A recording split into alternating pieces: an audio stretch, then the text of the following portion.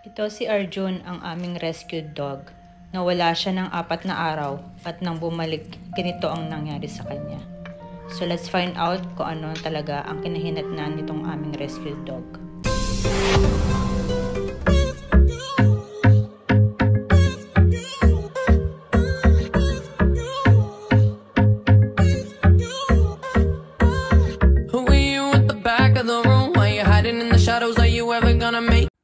Hello everyone! Welcome back to Annabelle's Vlog. Ito pala si Arjun, ang aming rescued dog. Nung unang-unang ni-rescue ng aking anak, itong si Arjun o yung bunso ko ang nag-rescue sa kanya kasi napakapayat niya nung una namin siyang kinuha. Halos butot balat siya, pero ngayon naging okay na siya. Kaya lang, this past few days nawala siya. 4 na araw siyang hindi umuwi sa amin. At ito, pagbalik niya, nakita nyo, puro duguan siya, ang dami niya mga galos, ang dami niyang sugat. Hindi namin alam kung ano talaga yung nangyari. Hinanap namin siya sa mga kapitbahay, pinagtanong-tanong namin siya, pero walang nakakita sa kanya. So ito, after 4 days, bumalik na siya dito sa amin. At ayan nga, puro dugo siya, puro sugat. Kaya lilinisin natin siya at saka yung mata niya medyo malungkot. Nakakaawa ang aso na to. Ang bait-bait niyang aso na yan. Actually, wala kaming problema dyan sa aso na yan dahil napakabait niya. So, ayan. Alam kong nagugutom tong aso na to dahil 4 na araw siyang hindi bumalik sa amin. Kaya pakainin natin. Kasi, alam nyo, napifeel mo talaga yung aso kung gutom ba siya, malungkot ba siya, or ano. So, ayan, nakita nyo, gutom na gutom siya. Siguro, wala nagpakain sa kanya, saan siya nagpunta. Hindi natin alam kung ano talaga, bakit siya nawala ng 4 na araw. Grabe, tapos parang, alam nyo ba, parang feeling ko pinalo siya. Kasi puro talaga ibang klase yung sugat niya. Hindi siya ordinaryong sugat na nakipag-away lang sa mga aso. Alam naman na kasi natin kung talagang kaaway niya yung aso or talagang sinaktan siya, diba? So, ayan, grabe talaga yung gutom niya. Gutom na gutom siya. Kaya binigyan ko muna siya ng biskwit. Sana naman dun sa mga taong ayaw sa aso, wag na lang po natin saktan yung mga aso kasi nakakaawa talaga sila eh. May mga damdamin naman po itong mga aso na to. Wag naman po natin silang saktan. Ang mga hayop naman po, kundi naman po kayo mananakit or ibababatuhin nyo sila, hindi naman po sila magre-react eh. Ako po, dati po may phobia ako sa aso. Honestly, sasabihin ko po sa inyo, nakagat na po ako ng aso.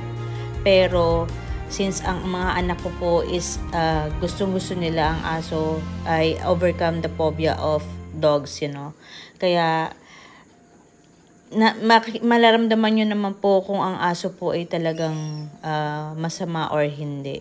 Pero kung hindi naman po natin sila itatouch or ipoprovoke, hindi naman po sila mananakit or mananapa. So, ito po, meron po akong topic cure na gamot at saka lagay na rin natin tong collar kay Arjun para alam po ng mga tao na alaga siya at saka may baby wipes na ako. Kasi lilinisin natin yung sugat ni Arjun, yung mga dugo-dugo ng kanyang sugat.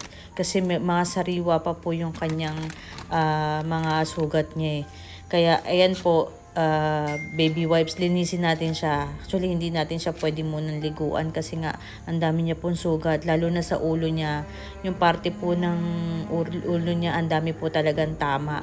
Ayan, nakita niyo yung may dugo-dugo pa. Fresh pa yung dugo niya. Fresh pa yung mga dugo niya sa mga sugat niya. Nakakaawa po talaga, grabe. As in, i-avoid naman po natin na saktan yung mga hayop, mapa-aso, mapa-pusa, kahit ano pong klase ng hayop. Sana naman po ay wag natin silang saktan. So, ayan, lininisin ko na rin yung cage niya. May pilo pa po yan, ha. Binigyan pa po namin ng una niyan para maging komportable siya dito sa cage niya. Kaya, ayan, linisin na rin natin. Nakakaawa talaga siya, as in, Diyos ko, alam niyo po bang masaya po yung aso na yan pag nandito sa amin dahil nilalaro pa po namin yan.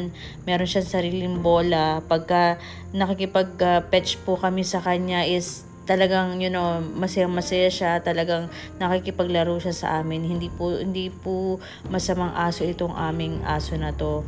Kaya ayan, tingnan nyo yung unan niya, doon na siya sa unan niya. Ayan, ini-sprayan ko na yung mga sugat-sugat niya kasi para madaling mag-heal.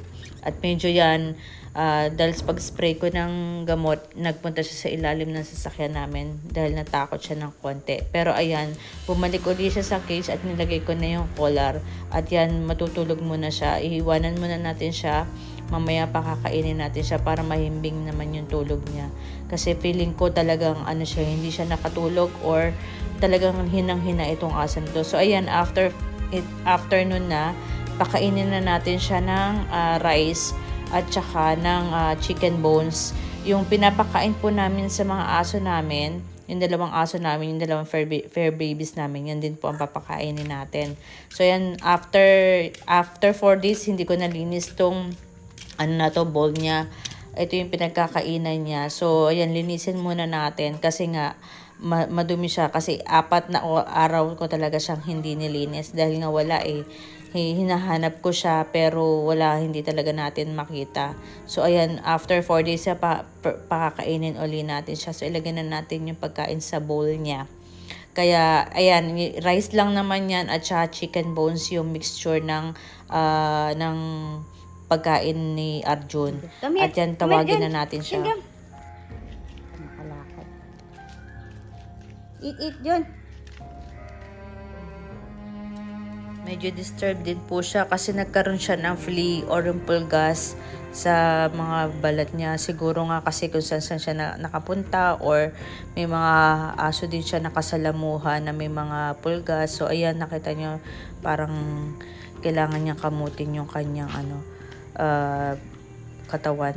Ayan, kumakain na siya pero disturbed pa rin siya. So sana, ito lang po sasabihin ko, makikiusap po ako sa inyo. Alam ko po maraming stray dogs dito sa India.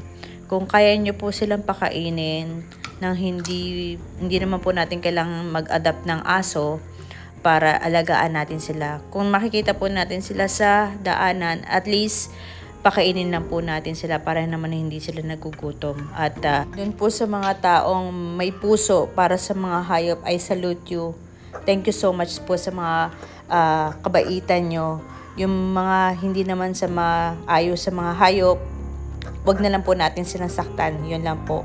Sana po'y mahalin po natin ang mga hayop, whether aso man siya, pusa, or kahit anong hayop. May damdamin din po yan na nasasaktan. So ito lang po, ito po ang aking video sa araw na to, itong vlogs natin. At sana po'y may natutunan po kayo at alam ko pong yung iba hindi gusto ang mga may hayop, pero ito lang po mapakiusap ko sa inyo. Kaya dun po sa mga may magandang loob para sa mga hayop, God bless you po. Pagpalain po kayo ng Diyos. At pagpatuloy nyo po yung ginagawa nyo na alagaan nyo po or magpakain po kayo ng hayop. Kahit na hindi nyo po sila alaga, kahit na alam nyo po na hindi po natin sila maaalagaan. Thank you dun sa mga mapagmalasakit na tao. And God bless you always. Ito si Arjun, ang aming rescued dog. Nawala ng 4 na araw, bumalik sa amin.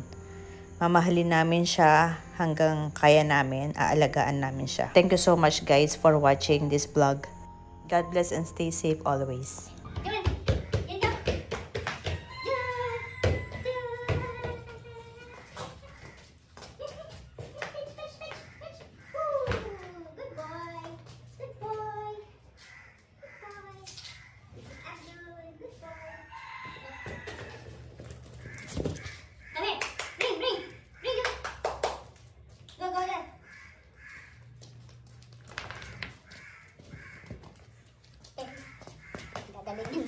Dadalhin niya na sa Ayan, yung favorite niya bola.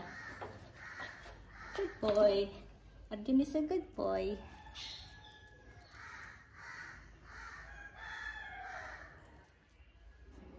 A breathless whisper tells me